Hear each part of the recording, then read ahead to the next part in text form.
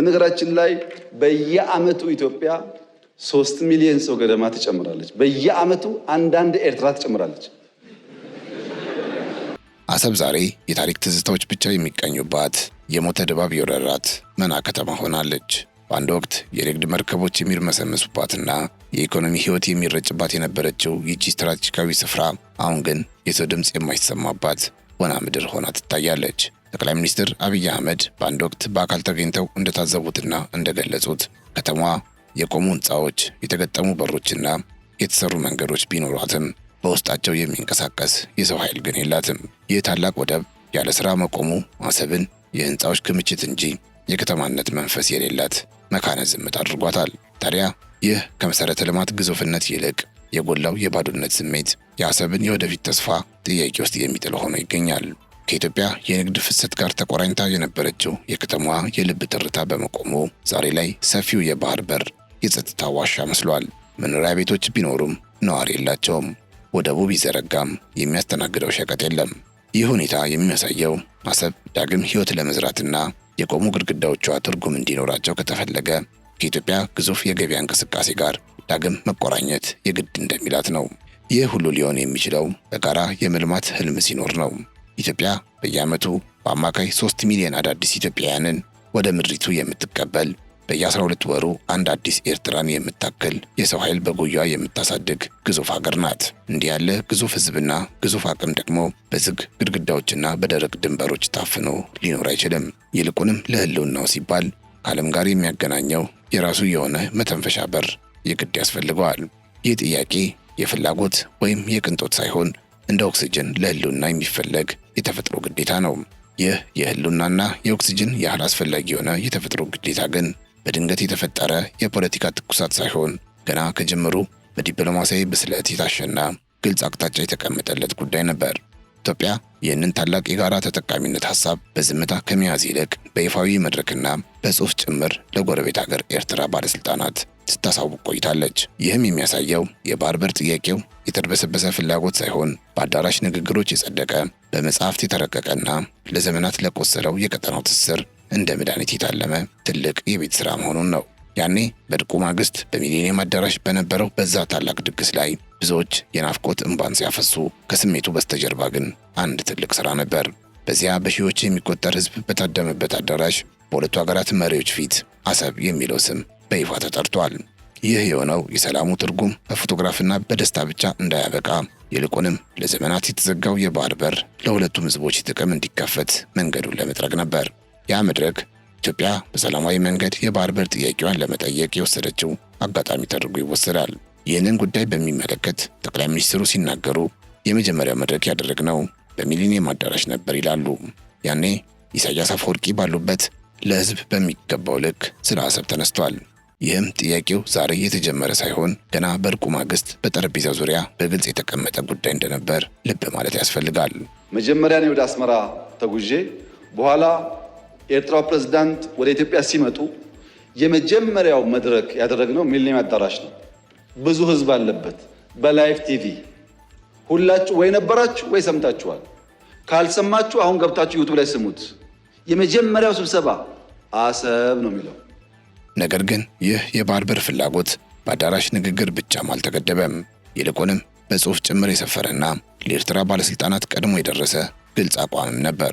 የመደመር ትውልድ በተሰኘው መጽሐፍ እትም ላይ የኢትዮጵያ የጂኦፖለቲካ ፍላጎትና የባህር በር አስፈላጊነት በዝርዝር የተቀመጠ ሲሆን ይህ መጽሐፍ ለኤርትራ ከፍተኛ ባለሥልጣናት በስጦታ መልክም ተልኮ ነበር። ዓላማውም ኢትዮጵያ ወደፊት በምን አይነት የጋራ ተጠቃሚነት መርህ ላይ መቆም እንደምትፈልግ አስቀድመው እንዲረዱት ለማድረግ ነበር።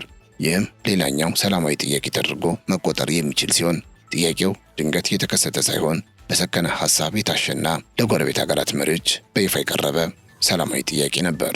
ሶስተኛ የመደመር ትውልድ መጽሐፍ ላይ በግልጽ ጂኦፖለቲክስን አስፍሬ የአሰብ ጉዳይ አስቀምጬ ለኤርትራ ባለስልጣናት በስጦታ ልኬላቸዋለሁ። ሚስጥር እኮ አይደለም።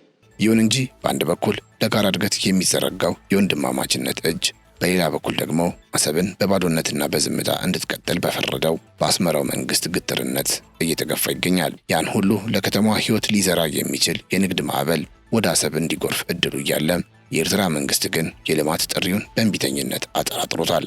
ይህ ደረቅ አቋም አሰብን ከጥቅም ውጪ ከማድረጉም በላይ በቀጠናው ሊፈጠር የሚችለውን የታላቅ ወንድማማችነት ትስስር ዕድል እያመከነው ይገኛል።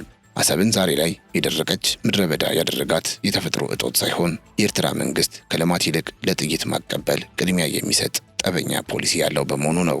ይህ ጥያቄ ግን ዛሬ አይሆንም ስለተባለ ብቻ የሚቆም የታሪክ ምዕራፍ አይደለም። እንዲህ ያለ ግዙፍ ሀገርና የሰው ኃይል በውቅያኖስ ታሪክ ውስጥ ያለ ወደብ ተዘግቶበት እንዲኖር ተፈጥሮም ቢሆን አትፈቅድም። ጠቅላይ ሚኒስትሩ በግልጽ እንዳስገነዘቡት የኢትዮጵያ የባህር በር ጥያቄ የማይቀር ሂደት ነው። በመሆኑም ኢትዮጵያ ቀይ ባህር አይገባትም የሚለውን የከሸፈና የበረደ ትርክትን ላለመስማት ጆሮን መድፈን ብቻ ሳይሆን ወደፊት የሚመጣውን የተፈጥሮ ግዴታ ለመቀበል የመዘጋጀት ብልህነት ነው።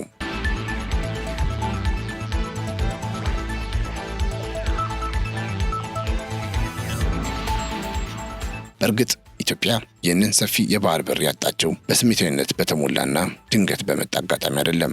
ይልቁንም ለ3 አስርት ዓመታት በዘለቀ ረጅም የሴራና የትግል ጉዞ ውስጥ አልፋ እንጂ።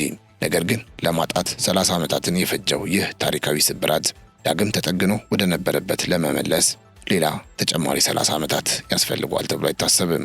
ይህንን ጉዳይ ይበልጥ አነጋጋሪና ድብቅ የሚያደርገው ደግሞ አገሪቱ የባህር በሯን ያጣችበት መንገድ የህጋዊነት ጠባሳ ያለበት መሆኑ ነው። በታሪክ ማህደር ውስጥ የባህር በርን ባለቤትነት አሳልፎ የሰጠው ውሳኔ በየትኛው የካቢኔ ስብሰባ፣ በየትኛው የምክር ቤት ቃለ ጉባኤ ወይንም በምን አይነት የህዝብ ድምፅ እንደጸደቀ የሚያሳይ አንድም ወጥ ሰነድ አይገኝም። ይህ ግልጽነት የጎደለውና ተቋማዊ አሰራርን ያልተከተለ አሳዛኝ ታሪክ ዛሬ ላይ የባህር በር ጥያቄን ማንሳት ስህተት ሳይሆን የተጣለውን ህጋዊና ታሪካዊ መብት የማስከበር ግዴታ መሆኑን ያበክራል። ይችላል ነው ለብዙ ሀገራት በተናጠል ተናገር ያለው ምክር ቤት መስማት ከፈለገ ግን ለአሜሪካ፣ ለቻይና፣ ለራሻ፣ ለአውሮፓ፣ ለአፍሪካ አሁን በተከበረው ምክር ቤት መግለጽ የፈለገው ነገር የኢትዮጵያ የቀይ ባህር አክሰስ ጉዳይ አይቀሬ ስለሆነ ቅድሚያ የሚሰጠው ሰላምና ንግግር ስለሆነ እባካችሁን ሸምግሉንና መፍትሄ አምጡልን። በእርግጥ ኢትዮጵያ በሐሳብና በጽሑፍ ከማሳወቅ ባለፈ የወንድማማችነቱን መንገድ በተግባር ለማሳየት ብርቱ ጥረት አድርጋለች፣ እያደረገችም ትገኛለች። ለአብነት አውራ ጎዳናዎችን በመጠገንና ለዓመታት የፈረሱ ግንኙነቶችን በማደስ ወደ አሰብ የሚወስደውን መስመር ዳግም ለትራንስፖርት ዝግጁ አድርጋ ነበር። ይሁን እንጂ ወደቡ ለረጅም ጊዜ ስራ በማቆሙ ምክንያት የገጠሙትን የቴክኒክ ችግሮች ለመቅረፍ በጋራ ወዳጅ ሀገር አማካኝነት ግዙፍ ጄኔሬተሮችና ክሬኖች እስከ አሰብ ወደብ ድረስ እንዲላኩ ጥረት ተደርጓል። ይህ ሁሉ ልፋትና ዝግጅት አሰብን ዳግም የህይወት እስትንፋስ ለመስጠት የታለመ ቢሆንም የኤርትራ መንግስት ግን አልፈልግም በሚል ደረቅ ምላሽ ንብረቶቹን ከመንገድ ላይ እንዲመለሱ አድርጓል። ይህ አጋጣሚ የኢትዮጵያን የመልማት ጉጉትና የኤርትራን የእምቢተኝነት አጥር በግልጽ ያሳየ የታሪክ ምዕራፍ ሆኖ ተመዝግቧል። ይህ ተስፋ አስቆራጭ ምላሽ ቢገጥምም የኢትዮጵያ ጽኑ አቋም አሁንም ቢሆን በሰላም ላይ የጸና ነው። አገሪቱ ከኤርትራ ጋር ወደ አላስፈላጊ ጦርነትና ግጭት ውስጥ የመግባት ፍላጎት የሌላት ሲሆን የባህር በር ጥያቄዋም በውይይትና በህጋዊ መንገድ እንዲቋጭ ትሻለች። ለዚህም ሲባል እንደ አሜሪካ፣ ቻይና፣ የተባበሩት አረብ ኤሚሬትስ፣ ሳውዲ አረቢያ፣ ራሽያ፣ የአውሮፓ ሀገራት ያሉ ዓለም አቀፍ ኃይሎች በጉዳዩ ላይ ጣልቃ ገብተው እንዲሸመግሉና ለቀጠናው ሰላም የሚበጅ መፍትሄ እንዲያመጡ ጥሪዋን በይፋ ስታቀርብ ቆይታለች። ይህ ጥረት የሚያሳየው ኢትዮጵያ የህልውና ጥያቄዋን የምታነሳው የሌሎችን ሉዓላዊነት በመጋፋት ሳይሆን በጠረጴዛ ዙሪያ በሚደረግ ፍትሐዊ ስምምነት መሆኑን ነው። ከማንም ጋር የመዋጋት ፍላጎት የለንም። ለምን? ውጊያው ከተነሳ የተከበረው ምክር ቤት ውጊያው ከተነሳ ውጤቱ ግልጽ ነው። ውጤቱ ከዛ በኋላ አይሰራም። አሁን አለመጀመር ማለት ነው። ነገር ግን የኤርትራ መንግስት ለቀረበለት የሰላምና የልማት እጅ ምላሽ የሰጠው የጦርነት ነጋሪትን በመምታትና የቀጠናውን ሰላም በማናጋት ነበር።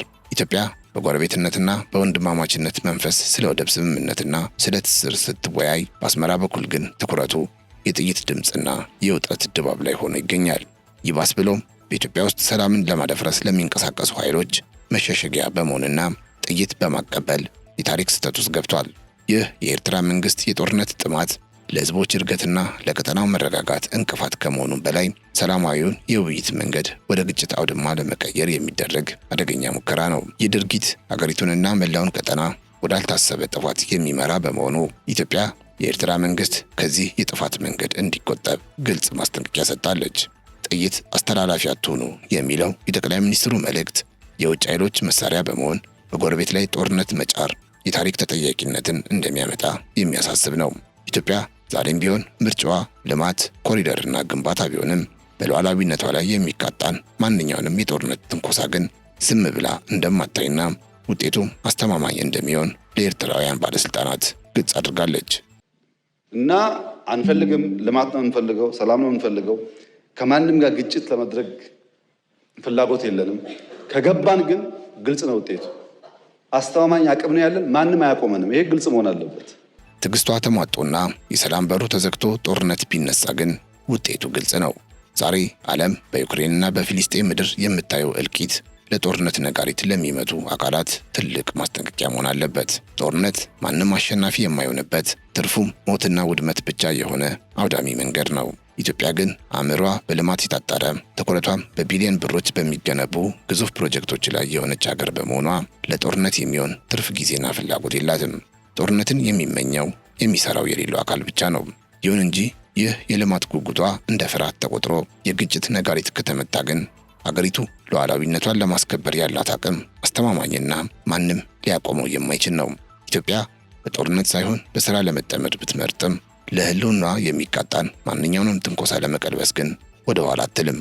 በመሆኑም ጦርነትን እንደ አማራጭ ከማሰብ ይልቅ በጋራ ወደሚለማበት የሰላም ጠረጴዛ መምጣት ለሁሉም የሚበጅ ብልህነት ነው።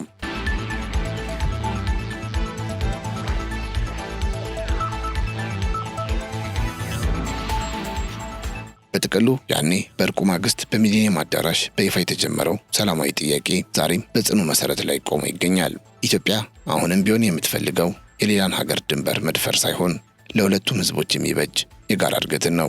ለዚህም ነው አሁንም መጽሐፉን አንብቡት፣ አሁንም ሕዝባችሁ እንዲለወጥ አሰብን ነፍስ ዝሩበት፣ አሁንም የሚሊኒየሙን ቃል አስታውሱት የሚባለው። ምክንያቱም በውስጡ የያዘው ሐሳብ የጥፋት ሳይሆን የቀጠናው ታላቅ የትስስር እቅድ ነውና። ከጥይት ማቀባበልና ከውጥረት ይልቅ ትኩረታችንን ለሕዝቦቻችን እድገትና ለተራበው ሆድ ብናድርገው አሰብም ሆነች ቀይ ባህር ለሁላችንም የሚተርፍ የሀብት ምንጭ መሆን ይችላሉ። ያልሰማነውና የማንሰማው አንድ ነገር ቢኖር ግን ኢትዮጵያ የባህር በር አይገባትም የሚለውን የተሳሳተ ትርክት ብቻ ነው። ከትንኮሳና ከጦርነት ይልቅ በሥራና በልማት የምንወዳደርበት የጋራ የባህር በራችንን ለንግድና ለሰላም የምንከፍትበት ጊዜ አሁን ነው። አገራት በሰላም ሲተሳሰሩ እንጂ በጠብ ግድግዳ ሲለያዩ አያተርፉም። በመሆኑም ቂምና ግትርነትን ወደ ጎን ትተን ለሕዝቦቻችን ተስፋ፣ ለቀጠናው ደግሞ ብርሃን እንድንሆን በአንድነት እንደግ ነው ጥያቄዋ። ሚሊዮን% እርግጠኛ ነኝ ኢትዮጵያ ተዘግታ አትኖርም። ማንም ፈለገም አልፈለገም አትኖርም።